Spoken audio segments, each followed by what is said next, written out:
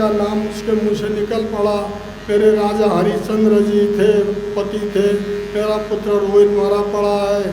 तो जैसे ही राजा हरिश्चंद्र ने जैसे ही रोहित और तारामती पत्नी का नाम जैसे ही राजा ने सुना, तो राजा जो है मूर्छित होकर के गिर पड़े। फिर राजा जब होश में आ गए तो राजा ने अपने मालिक से कहा कि मालिक, शास्त्रों में लिखा हुआ है कि किसी स्त्री को वध करना बहुत बड़ा अपराध है, किसी स्त्री को मारना बहुत बड़ा हत्या कहा गया है। ब्राह्मण हत्या, संतों की हत्या, स्त्री की हत्या बहुत बड़ा अपराध माना गया है। मुझे आप कोई भी काम बताइए, हम करने को तैयार हो, हे प्रभु इससे मुझे बचाइए। तो वो जो दून कहने लगा कि तू मेरा नौकर हो करके तू मेरे से जबान चलाता है, तू ज्ञान की बात करता है, तू ज्ञानी का ज्ञानी है, ज्ञानी होता तो तू राजपाट क्यों चला जाता। जो भी उल्टा सीधा कहना था उसने कह डाला। जो राजा पहले तो कष्ट में थे ही, फिर राजा को और बड़ा दुख हुआ। फिर कहा कि तुम मेरे नौकर हो के नहीं मानो। तो फिर उतने में जब राजा हरिश्चंद्र जी क्या, क्योंकि सोच विचार कर मन माही, पराधीन सपने सुखनाई। पराधीन है वो, पराधीन होने के कारण से उन्होंने मेरे लास्ट में तैयार हो गए।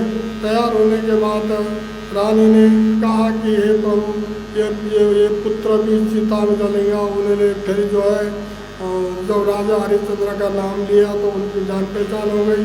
एक दूसरे विलाप करने लगे।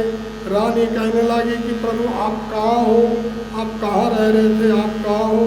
राजा ने पूछा, हे रानी तुम कहाँ हो, पता नहीं तुम कहाँ हो, हम कहाँ हैं, हमारा पुत्र तो मरा पड़ा है यहाँ, क्या दिन आया। तो दोनों एक दूसरे पति पत्नी विलाप करने लगे, भगवान को पुकारने लगे। तो फिर रानी कहने लगी, प्रभु आप अपने मालिक की आज्ञा का पालन करो। आपने मालिक ने जो आपको कहा है कि वध करने के लिए आप मेरा वध करिए। तो राजा ने सुन करके राजा मूर्छित हो गए। फिर पुनः दोबारा गिर पड़े राजा गिर पड़े। फिर जो होश में आए तो कहने लगे, हे तारामती तुमको ऐसा नहीं कहने चाहिए, तुमको ऐसा कहने में ठीक नहीं लगता है, तुमने अच्छा नहीं कि ऐसे शब्द बाण मारा है, तुमको शब्द बाण नहीं मारना चाहिए। इस प्रकार से राजा ने रानी को कहा। तो एक दूसरे विचार करने लगे। फिर रोहित पुत्र जो था उसके लिए चिता बनाया। चिता बना करके और रोहित को जो है चिता में लेटा लिया। तो जब लेटा लिया तो उसको आग लगाने की तैयारी हो गई। उतने में ऊपर से पुष्पों की वर्षा होने लगी, फूलों की वर्षा होने लगी। और रोहित पुत्र था उठ करके बैठ गया, चिता से उठ के बैठ गया। विश्वामित्र जी ने जैसे आके जल छिड़का तो जल छिड़कते ही वो जो है उठ करके बैठ पड़ा। फिर फूलों की वर्षा होने लगी, जय जयकार होने लगा। फिर विश्वामित्र जी ने राजा से कहा कि हे राजन, हम तो आपकी परीक्षा ले रहे थे, हमने तो परीक्षा लिया है, इसलिए आप परीक्षा में पास हो गए, आपका कल्याण होगा। इस प्रकार से कहा। कह करके राजा हरिश्चंद्र जी और सभी पुत्र वगैरह स्वर्ग जाने लगे। तो राजा हरिश्चंद्र जी कहने लगे, भाई हम तो स्वर्ग जाएंगे, लेकिन ये हमारे जनता, हमारे प्रजा का क्या होगा। तो प्रजा भी साथ में जाएगी। तो भगवान ने कहा कि देखो, जिंदे कोई स्वर्ग नहीं जा सकता है, तुम्हारी तो तप ही ऐसा है, इन्होंने अभी ऐसा तप नहीं किया है, इनके अंदर अभी इतना तो तुम्हारे अंदर जो भाव है, भक्ति है, श्रद्धा है, इसलिए तुम जा सकते हो और ये कोई जा नहीं सकते हैं। ऐसा कह करके कुछ पुण्यात्मा लोग थे राजा हरिश्चंद्र के साथ गए हैं। राजा हरिश्चंद्र स्वर्ग चले गए। फिर उनके तप का फल सफल हुआ है, स्वर्ग लोग चले गए। तो सभी लोग जय जयकार करने लगे, फूलों की वर्षा होने लगी। बोलो राजा हरिश्चंद्र की जय, भगवती माँ जगदम्बा की जय। इसीलिए हम लोग जीवन में छोटा से दुख आता है तो चिंतित हो जाते हैं, घबराते हैं, ज़्यादा चिंता करने लगते हैं। ऐसे चिंता राजा को ऐसे कष्ट हुआ तो भी आपने धर्म को नहीं छोड़ा। इसीलिए कहने के भावार्थ यही है कि कभी भी अपने तप, अपना धर्म, अपना नित्य कर्म कभी नहीं छोड़ना चाहिए। आदमी अपना नित्य कर्म छोड़ देते, कभी फिर कल देखेंगे। हाँ, तो कल देखेंगे तो ऐसा नहीं, नित्य कर भले एक टाइम खाना भूल जाओ चलेगा, लेकिन अपना कर्म को कभी अपने नहीं छोड़ना चाहिए। कर्म और धर्म, क्योंकि कर्म करेंगे तो धर्म बनेगा, क्योंकि धर्म से तो कर्म बनेगा नहीं, कर्म से ही धर्म बनेगा।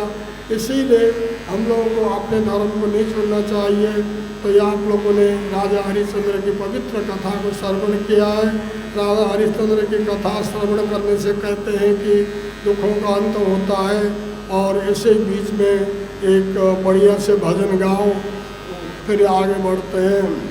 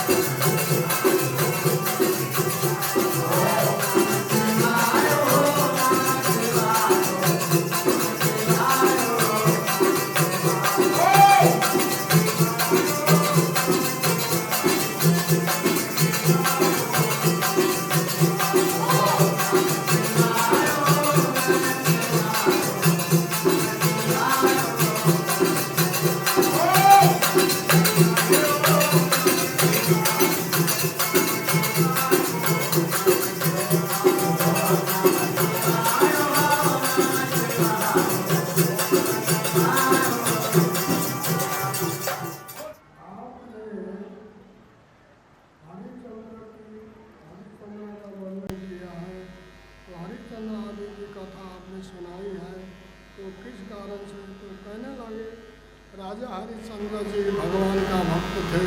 भगवान की भक्त की कथा जब कोई भक्ति करता है, जब कोई दान पुण्य तीर्थ व्रत भक्ति करता है तो उसकी स्वतः कथा बन जाती है। तो राजा चंद्र की हरिश्चंद्र की कथा पवित्र करने वाली कथा है। तो इस प्रकार से पवित्र करने वाली कथा है। तो ब्रह्मा जी ने दुर्गम नाम का एक दैत्य था, उसका नाम दुर्गम था। तो दुर्गम नाम का दैत्य था, तो उसको भगवती जगदम्बा ने मारा। तो दुर्गम नाम का राक्षस को मारने से भगवती का नाम दुर्गा पड़ा। बोलो दुर्गा माता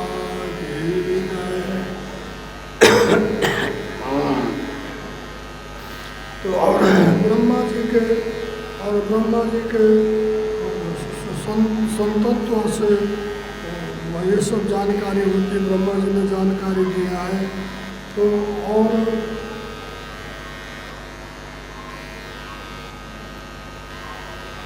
निरंतर कर्म करते रहना ही एक हम लोगों का कर्तव्य बनता है। हम निरंतर अपने कर्म करते रहते हैं, तो कर्म से ही भगवान प्रकट होते हैं।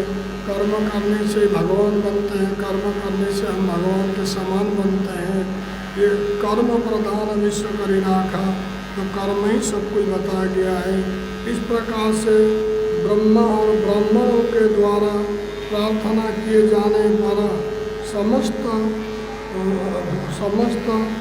भक्तों ने और सभी भक्त इकट्ठे होकर के भगवती की भक्ति करने लगे, जगदम्बा की भक्ति करने लगे। तो इस प्रकार से भगवती जगदम्बा महामाया की कृपा है। तो जब जिसके ऊपर भगवती की कृपा रहती है, महामाया की कृपा रहती है, तो उसका कुछ भी बिगड़ नहीं सकता है। माता पार्वती का दर्शन करके सभी देवता और ब्राह्मण प्रसन्न हो गए। सभी लोग जब पहले भगवती की प्रार्थना करने लगे, भगवती प्रसन्न हो गई, तो भगवती ने पार्वती का रूप का दर्शन कराया। क्योंकि सती पहले सती हुई है, सती के द्वारा दूसरे जन्म में पार्वती हुई है, पार्वती से ही इस दुर्गा की उत्पत्ति हुई है। आगे कई देवियाँ, नौ दुर्गा, नौ देवियाँ हुई है। तो ये सब भगवती की, पार्वती के ही रूप है। जब सती जी को भगवान शिव जो लेकर के घूमे थे पृथ्वी में, जहाँ जहाँ उनका अंग गिरा है, तो वही भगवती का सिद्ध पीठ हुए हैं। तो ये फिर बाद में जा कर के उन्होंने जो शरीर छोड़ा था, जाके हिमालय में जाके पार्वती बनी है। तो इस प्रकार से पर्वत में रहने के कारण से उनका नाम पार्वती पड़ा है। बोलो भगवती पार्वती की जय। तो इस प्रकार से देवता और ब्राह्मण प्रसन्न होकर उनकी स्तुति करने लगे। सभी लोग प्रसन्न हो गए, उनकी स्तुति करने लगे, नाना प्रकार की स्तुति करने लगे। जिसको जैसा भी आता था ऐसे ही स्तुति करने लगे। क्योंकि भाई कोई भी स्तुति करते, भजन करते हैं, तो सबका भक्ति करने का तरीका सबका अपना अपना अलग अलग है। सबकी बोली अलग है, सबका विचार अलग है, सबकी सोच अलग होती है। तो इसी प्रकार से सभी देवताओं का जैसे ही जिस देवताओं को जो आता था, जिस प्रकार से कोई नाच के, कोई गा के, कोई स्तुति गा करके, कोई पूजा करके, कोई भजन करके भगवान को प्रसन्न करते थे, इसी प्रकार से सभी लोग मिल करके भगवती जगदम्बा का, पार्वती की स्तुति करने लगे। तो और होकर उनकी स्तुति करते हुए कहते हैं कि हे देवी, आपने हमारी शांति के लिए सहस्त्र नेत्रों से संपन्न होकर अपना अनुपम रूप धारण किया है। देवता लोग कहते हैं कि हे भगवती, आपने हम लोगों के ऊपर कृपा करने के लिए नाना प्रकार के रूप धारण किया है। अतः आप शताक्षी और शताक्षी इस नाम से विख्यात होगी। शताक्षी के नाम से आप भगवती विख्यात होगी।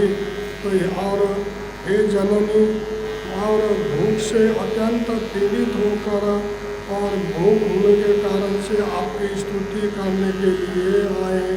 क्योंकि एक बार अकाल पड़ गया था, अकाल पड़ गया तो वहाँ अकाल पड़ने के कारण से सभी लोग भूख प्यास से मरने लगे। तो इसीलिए भगवती जगदम्बा ने शताक्षी शाकंभरी का रूप धारण किया, शताक्षी का रूप धारण किया है। स्तुति का और कृपा करके हमें वेदों को प्राप्त करा दीजिए। माता पार्वती प्रसन्न हो गई और उन्होंने भक्तों को देवताओं को और अनेक प्रकार के स्वादिष्ट फल दिए, साग सब्जी फल दिए। पशुओं तथा अन्य जीवों के लिए उन्होंने भिन्न भिन्न प्रकार के वनस्पतियाँ, घास आदि प्रदान किए हैं। जीव जंतु आदि सब आनंदित हो गए, सब आनंद हो गए और माँ भगवती का नाम धारण करने लगे, माँ भगवती की स्तुति करने लगे सब मिल करके। हे भगवती शताक्षी, हे पार्वती, आपने शताक्षी का रूप धारण किया है, तो आपको जय जयकार हो भगवती, जय जयकार हो। जब दुर्गम को इस घटना की सूचना मिली तो अपनी पूरी सेना लेकर, जो दुर्गम नाम का राक्षस था, उसको इस बात की जो सूचना मिली, वो अत्याचार करता था, उसने सबको भूखे प्यासे रखा था। जब उसको मालूम पड़ा कि भगवती शताक्षी ने और आकर के सबकी तृप्ति की है, तो उसको गुस्सा आ गया। जब उसको मालूम पड़ा तो उसको गुस्सा आ गया। भयंकर युद्ध करने के लिए सेना लेकर के पहुंच गया। सेना युद्ध करने के लिए सेना लेकर पहुंच गया। समस्त दानव सेना का विनाश कर दिया और भगवती ने विनाश कर दिया। 11वें दिन दैत्य राजा दुर्गम माता से युद्ध करने लगा। लास्ट में जब सब तहस हुआ तो दुर्गम नाम का राक्षस था, भगवती से युद्ध करने लगा, लड़ाई करने लगा। तो युद्ध करने के लिए अनेक सहस्र अस्त्र लेकर उपस्थित होकर आया और खेल में ही माता ने दुर्गम नाम का राक्षस का वध किया है। बोलो भगवती दुर्गा की जय। और उनका नाम उनका तेज से माँ भगवती के चरण कमलों से और उसमें समा गया। तो दुर्गम नाम का जो राक्षस था, भगवती के द्वारा उसका अंत होने के कारण से भगवती के चरण में समा गया। क्योंकि जिस भी राक्षसों का देवताओं के द्वारा अंत हुआ है तो उनका सब भगवान में ही समा गए हैं। क्योंकि भगवान के द्वारा जो मारे, भगवान का हाथ लगा, भगवान के द्वारा अंत हुआ। तो हम भी चाहते हैं भाई भगवान के द्वारा हमारा भी अंत हो, हम भी यही चाहते हैं। अंत समय अंत तो गत्वा, अंत समय आए तो हमको भगवान के स्मरण होए, भगवान का नाम आए मुँह में। क्योंकि जो शुरू से जैसा हम अभ्यास करते हैं तो अंत समय ऐसे ही हमारे मन में याद आता है। क्योंकि जैसा मरते अगर भगवान का नाम लेकर के हमारा प्राण छूटता है तो हम भगवान को प्राप्त होते हैं। अगर बाल बच्चों का सोच करके याद करके हमारा प्राण छूटता है तो पुनः फिर उसी घर में हमको जन्म लेना पड़ता बच्चे बन के।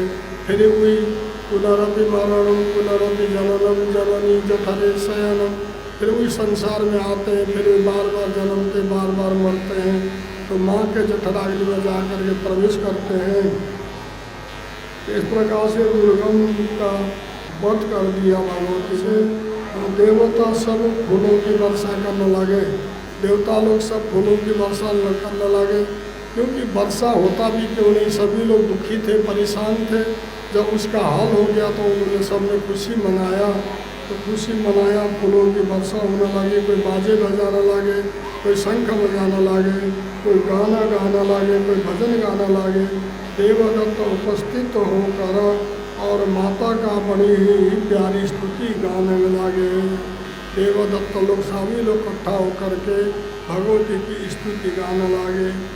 देवताओं ने स्तुति से प्रसन्न होकर भगवती ने वेदों को दैत्य से लेकर देवताओं को दे दिया।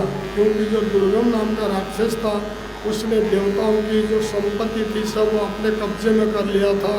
भगवती जगदम्बा ने जिसका छीना था उनको, जिस देवता का जो अधिकार था वो अधिकार पुनः भगवती ने वापस दिया, भगवती जगदम्बा ने वापस दिया है।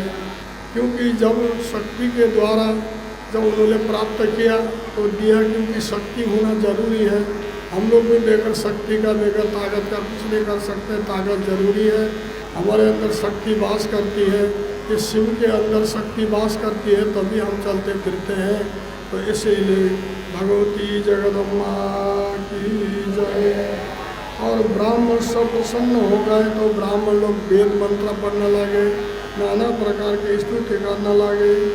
अब भगवती कहती है कि और मेरे हाथ से दुर्गम मारा गया है, इसीलिए आज से मैं दुर्गा नाम, भगवती ने खुद कहा कि भाई हमने दुर्गम नाम का राक्षस को मारा है, आज से मेरा नाम दुर्गा होगा। तो इसीलिए भगवती जगदम्बा का एक नाम दुर्गा पड़ा। दुर्गम नाम का राक्षस को मारने के कारण से भगवती जगदम्बा का एक नाम दुर्गा। कहते कि दुर्गा दुर्गति नाशिनी, दुर्गा पद विनिवारिणी, दुर्गा मच्छेदिनी, दुर्गा साधिनी, दुर्गतोधारिणी, दुर्गा निहंती, दुर्गा मोपा, दुर्गम ज्ञान संस्थान, दुर्गम ध्यान वासिनी। तो क्योंकि दुर्गा दुर्गति नाशिनी, दुर्गा दुर्गति को नाश करने वाली है। दुर्गा पद विनिवारिणी, दुर्गा जो है सब चीज़ की निवारण करने वाली है, निवारिणी। दुर्गा मच्छेदिनी, दुर्गा साधिनी, दुर्गा माता की कृपा से हम साधना करते हैं, हम साधते हैं, साधना करते हैं। दुर्गा की कृपा से। तो दुर्गा दुर्गति नाशिनी।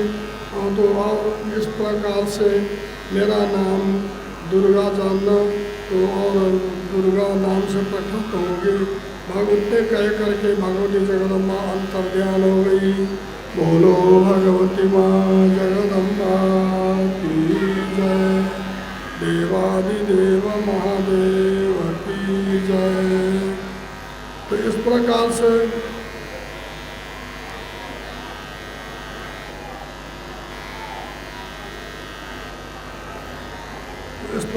जन्मे जाने कहा कि भगवती दुर्गा का नाम विचित्र है, महामाया है। महामाया भगवती की लीला अपरंपार है। तो बहुत सारा संसार दुर्गा की माया से चलता है। सारा संसार भगवती के रूप है। सारा संसार ही भगवती है। इस प्रकार से भगवती की सभी देवताओं ने उपासना किया है। सभी लोगों ने जय जयकार किया है, फूलों की वर्षा करने लगे। बोलो भगवती माँ जगदम्बा की जय। माता पार्वती की जय। भगवान ब्रह्मा जी कहते हैं कि दुर्गम के वध के बाद और दुर्गम के बाद हलाहल का नाम एक दैत्य, एक हलाहल नाम का एक दैत्य उत्पन्न हुआ। उसका नाम हलाहल था। उसको देवताओं से बड़ी ही भीषण युद्ध हुई। तो देवताओं से जाके लड़ने लगा, युद्ध हुई। भगवान विष्णु एवं भगवान शंकर जी भी बहुत समय तक उसके साथ लड़ते रहे। अंत में वो सब थक गए। ब्रह्मा विष्णु भी नहीं मार पाए, ब्रह्मा इसमें नहीं मार पाए। तो दुखी होकर के भगवान विष्णु और भगवान शंकर ने दैत्य को पराजित नहीं कर पाए। सभी लोगों ने भगवती की स्तुति किया है, गौरी माता की स्तुति किया है। तो उनकी कृपा से उन्होंने पराजित कर दिया और उन्होंने देवी लक्ष्मी तथा गौरी की अवहेलना कर दी जिससे कि दोनों माँ शक्तियाँ अंतर्ध्यान हो गई। क्योंकि अंतर्ध्यान हो गई और क्योंकि शक्ति के हटते ही दोनों देवता पुनः निम्न तेज हो, उनका तेज समाप्त हो गया। क्योंकि नाराज हो गई, उनको पूछा नहीं, उनसे सलाह नहीं लिया। सलाह न लेने के कारण अंतर्ध्यान हो गई है। अंतर्ध्यान होने से वो दोनों देवताओं की शक्ति कमज़ोर हो गई, कम पड़ गई है। तो सब बहुत चिंतित हुए सभी लोग। उन्होंने जब ध्यान लगाकर देखा तो उनको स्पष्ट यह पता चल गया कि सब भगवती के तिरस्कार की ही परिणाम है। ये भगवती को हम लोगों ने पूछा नहीं है, इसी का परिणाम है, इसी के परिणाम, इसी के कारण से हम लोग शक्तिहीन हो गए। ब्रह्मा जी स्वयं तीनों पद का कार्य करने लगे और वे अपने मानस पुत्र के ब्राह्मणों को बुलाकर भगवती की उपासना करने लगे। उन्होंने ब्राह्मण को बुलाया, ब्राह्मण के द्वारा भगवती का पूजन कराया। क्योंकि दो प्रकार की पूजा होती है। एक पूजा तो हम स्वयं करते हैं, एक पूजा होता है संकल्प के द्वारा, किसी ब्राह्मण के द्वारा पूजन करते हैं। उन्होंने ब्राह्मण को बुलाया, ब्राह्मण को बुला करके उपासना किया। क्योंकि कोई ब्राह्मण विद्वान होते हैं तो उनके घर में कोई पूजा पाठ होता है तो वो भी दूसरे ब्राह्मण को बुलाते हैं। क्योंकि हम अपना घर का स्वयं अपना पूजा पाठ कर सकते हैं, लेकिन संकल्प का पूजा जो है हमारा करने से कोई फायदा नहीं है। घर में कोई डॉक्टर होता है, अगर बच्चे बीमार होते हैं तो दूसरे डॉक्टर के पास ले जाते हैं। ये संसार का नियम है। इन्होंने सब कुछ जानकारी होते हुए उन्होंने ब्राह्मण को बुला करके भगवती की उपासना करने के लिए कहते हैं। उन्होंने हिमालय पर भगवती जगदम्बा की घोर उपासना करी, जिससे साक्षात माता भगवती जगदम्बा प्रकट हुई और उन्होंने कहा कि हे महाभाग, हे मुनियों, आप वर मांगिए, आपकी क्या इच्छा है वर मांगिए, मैं आपको वर प्रदान करूंगी, वर दूंगी। ब्राह्मणों ने कहा कि आप ऐसी कृपा कीजिए प्रभु, अब भगवान शंकर और भगवान विष्णु पुनः शक्ति रूप में प्राप्त हो जाए, क्योंकि दोनों की शक्ति रूठी हुई है। वो शक्ति उनको प्राप्त हो जाए, पुनः दोबारा उनके पास शक्ति आ जाए। यही आपसे विनती है, प्रार्थना है, हो जाए, जिससे कि वे शक्ति संपन्न हो जाए। तो हे देवी, कहा कि भगवान शंकर और विष्णु ने शक्तियों को तिरस्कार किया था, इसीलिए शक्तिहीन हुए हैं। तो इसलिए शक्ति का कभी भी अपमान नहीं करना चाहिए। कहते हैं कि घर में जिस स्त्री का अपमान होता है, या कोई पति या सास कोई भी घर में स्त्री का अपमान करते हैं, तो स्त्री रुष्ट होकर के खाना नहीं बनाएगी, भोजन नहीं बनाएगी, तो पति को भूखे जाना पड़ता है, कभी कभी नौकरी जाता है रुष्ट होकर के, तो बाद में बेचारा पछताता है। इसी प्रकार से ब्रह्मा विष्णु महेश भी पछताए हैं बाद में, लेकिन उन्होंने पुनः मनाया है। आप लोगों ने भी तो कभी आपकी पत्नियाँ रूठी हुई तो मना ही होगा, मनाना पड़ता ही है संसार में, ये संसार का नियम है। क्योंकि अगर भगवान ब्रह्मा विष्णु ने अगर नहीं मनाया होता, भगवती को नहीं मनाया होता, तो आज कोई आपकी पत्नी न मानती, न कोई किसी पति को मानता।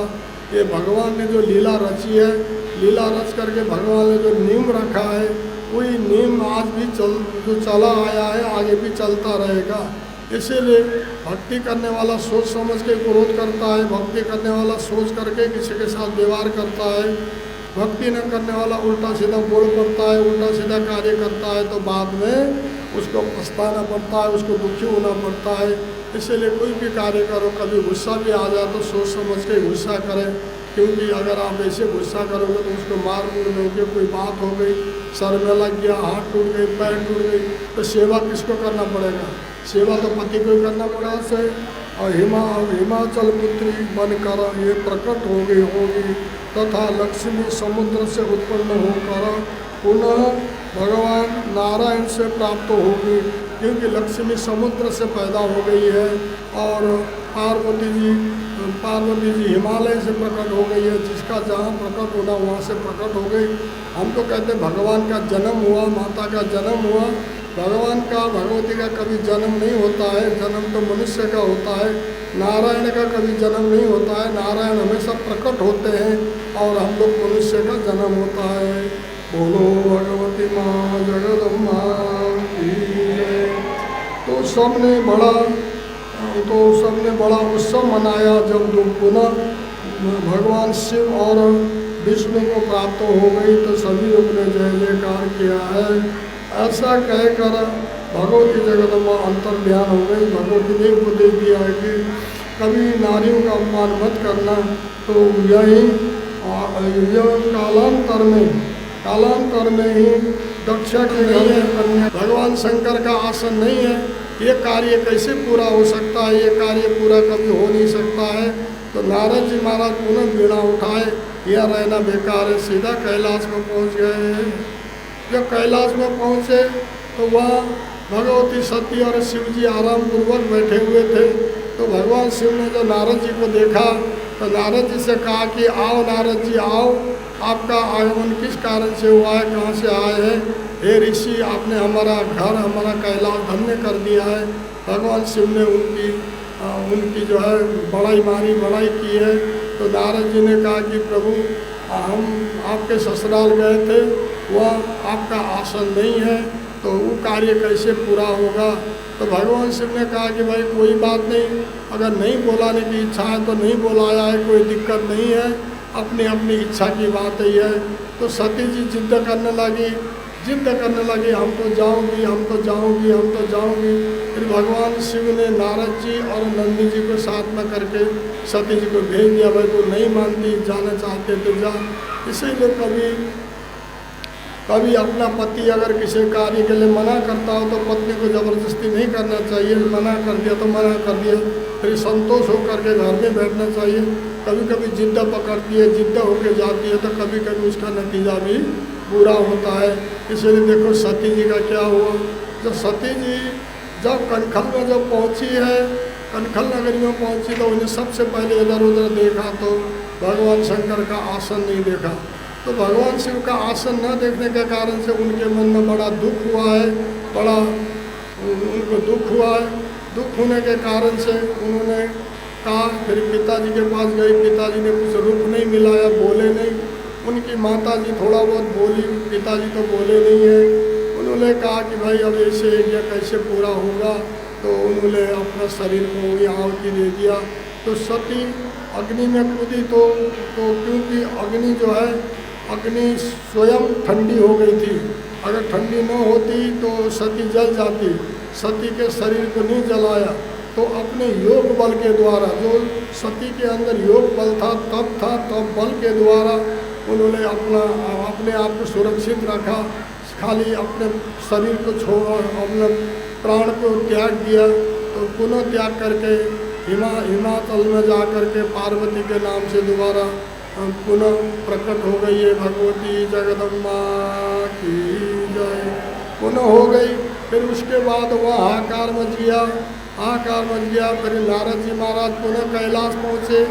कैलाश जाके कहा, शिव जी ने पूछा, आओ नारद जी कैसे घबराए हुए हो? नारद जी ने कहा कि प्रभु अनर्थ हुआ। बोले क्या अनर्थ हुआ है? सती जी ने अपने शरीर को त्याग दिया है। तो शिव जी को बड़ा क्रोध आया। तो भगवान शिव ने अपना जटा फटकारा। तो ऋषिकेश के पास वीरभद्र महादेव है, और वीरभद्र नाम से महादेव जी प्रकट हो गए। वीरभद्र महादेव प्रकट हो गए तो वहाँ फिर महाकाली की उत्पत्ति हुई। महाकाली वीरभद्र फिर वहाँ से चलने लगे तो पूरा पृथ्वी कांपने लगी। फिर कनखल में आ गए, कोई ऋषि लोग भागने लगे, कुछ इधर उधर होने लगे। तो कुछ लोग लालच में आकर के यज्ञ में बैठे हुए थे, यज्ञ भाग में बैठे थे, उनका तर्सनस किया। अंत में राजा दक्ष का सर भी काट करके उन्होंने अग्नि में डाल दिया है। लास्ट में जब भगवान शिव आए, जब वो समाचार लेके पहुँचे, प्रभु आपकी आज्ञा का पालन हुआ है, तर्सनस कर दिया है। तो भगवान शंकर आ गए। तो भगवान शिव आ करके जब देखा सती का शरीर पड़ा, तो सती के शरीर को कंधे में उठा करके लेके भगवान शंकर पृथ्वी पर घूमे हैं। जहाँ जहाँ भगवान शिव घूमे, जहाँ जहाँ सती का अंग गिरा है, जैसे वैष्णो देवी में माता जी का स्तन गिरा है, और नैना देवी में माता जी का नेत्र गिरा है, और चिंतपूर्णी में माता जी का चित्त गिरा है, नगरकोट में माता जी का धड़ गिरा है, ये धड़ को नगर कहते हैं, नगर गिरा है, और नेपाल में जाके माता जी का दूल्हा गिरा है, तो बुद्धेश्वरी के नाम से हुई है। कामरू कामाक्षा में माता जी की योनि गिरी है, तो वह कामरू कामाक्षा है, इसलिए कामरू कामाक्षा है। इसी करके सिद्धपीठ 52 जगह माता जी का अंग गिरा है, तो माता 52 पीठ में सिद्धपीठ हो गई है। ये सती का ही अंग है, सती के अंग से सिद्धपीठ हुई। उन्होंने तो दोबारा जन्म तो लिया, लेकिन पुनः अपने शरीर को भी उन्होंने जगह जगह स्थापित किया है। यही तो भगवान की लीला है, परमात्मा की लीला है। हम लोग परमात्मा की लीला को समझते नहीं है और समझना चाहते नहीं है कि प्रभु की लीला क्या है, प्रभु ने कैसा किया है। कथा तो सुन लेते हैं, लेकिन उसको जीवन में लेकर के उतारना नहीं चाहते हैं या उतारते नहीं हैं। इसीलिए कथा सुने तो जीवन में उतारे। भाई ये मन में सोचे कि भगवान ने ये लीला क्यों किया, किस कारण से किया है, इसलिए हमको भी किस प्रकार की लीला करना है। हम लोग भी तो लीला ही करते हैं ना। भगवान ने लीला किया, हम लोग भी सुबह से लेकर शाम तक कोई ना कोई लीला ही करते हैं। या भले हम लोग कहते हैं काम काज बोलते हैं, लेकिन ये सब लीला है। इसीलिए सोच समझ करके ही जीवन में चलना चाहिए। यही वेद पुराण और शास्त्र कहता है। तो आप लोगों ने राजा हरिश्चंद्र की कथा सुनी, भगवती शताक्षी का भी आपने सुना है। शताक्षी के द्वारा सबके प्राण की रक्षा हो गई, अन्न की सागों की रक्षा हो गई, इसलिए शताक्षी भी बोलते हैं, शाकंभरी भी बोला जाता है, उनका कई नाम है। तो आज की कथा यही 4 बज गया है। आज की कथा यहीं पे विश्राम लेती है।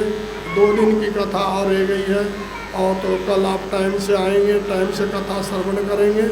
अभी एक छोटा सा भजन गाएंगे, फिर एक कीर्तन गाएंगे, उसके बाद आरती होगी। आरती होने के बाद ऐसे रोज के तरह जो सदगुरुदेव की जय, कंचन मंजू महाराज की जय, सभी संतन की जय, सभी भक्तन श्री राम जय राम जय जय राम,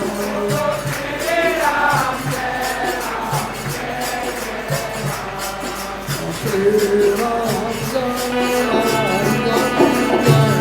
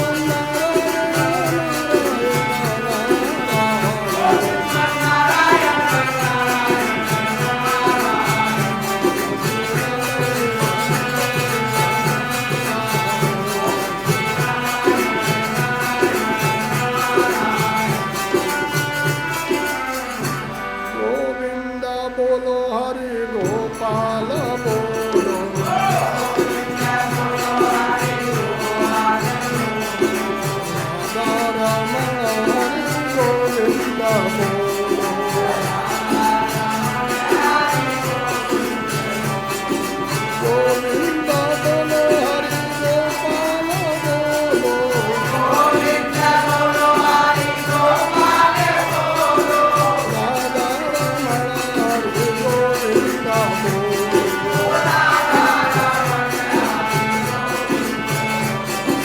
गोविंद बोलो हरि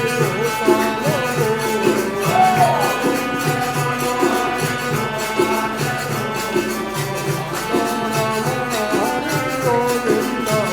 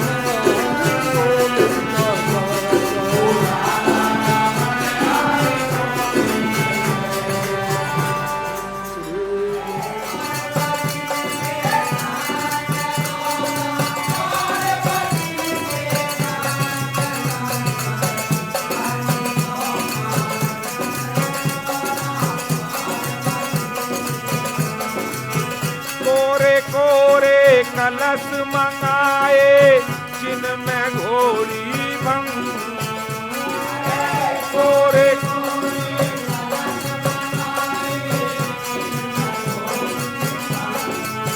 ओ कोरे कोरे कलश मंगाए रे जिनमें घोड़ी भंग कोरे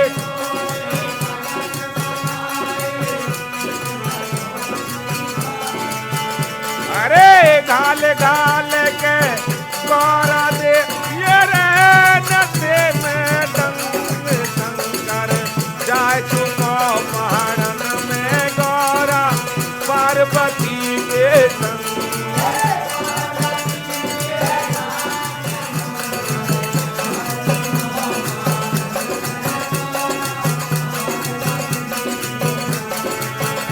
अरे मन भर खा जा आग धतूरो धड़ी भर पी जाए भंग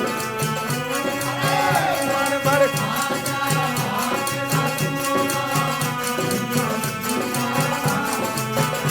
ओ मन भर खा जा रे आग धतूरो धड़ी भर खा जाए भंग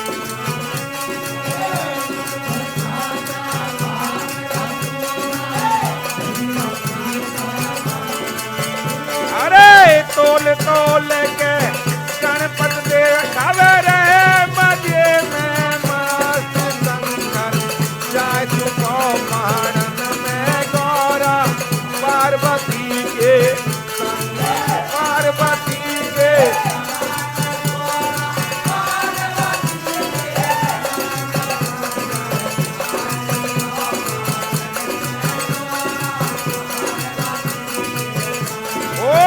पार्वती के संग गौरा पार्वती के संग शंकर जाय चुको पहाड़न में गौरा पार्वती के संग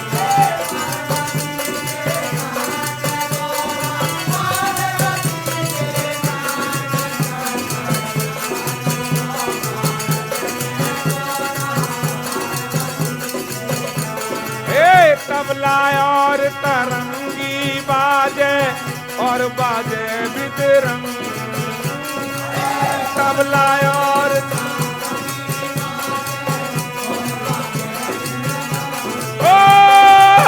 तबला और तरंगी बाजे और बाजे बिदरंग।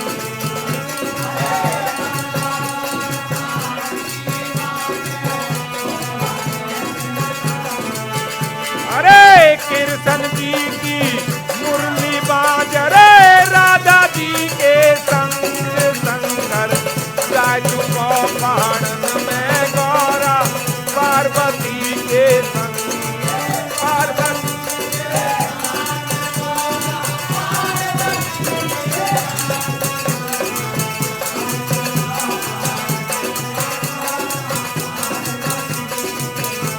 ओ पार्वती के संग गौरा, पार्वती के संग शंकर जाय चुको पहाड़न में गौरा, पार्वती के संग।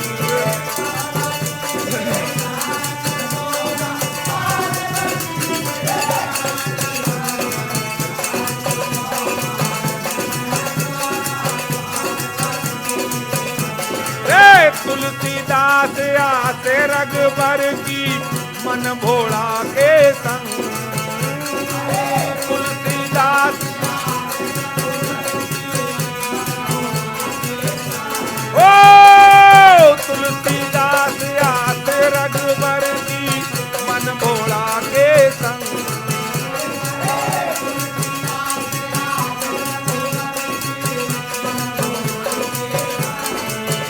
अरे हनुमान ने लंका फूकी, सिया राम जी के संग शंकर जाय चुको पहाड़न में गौरा, पार्वती के संग पार्वती।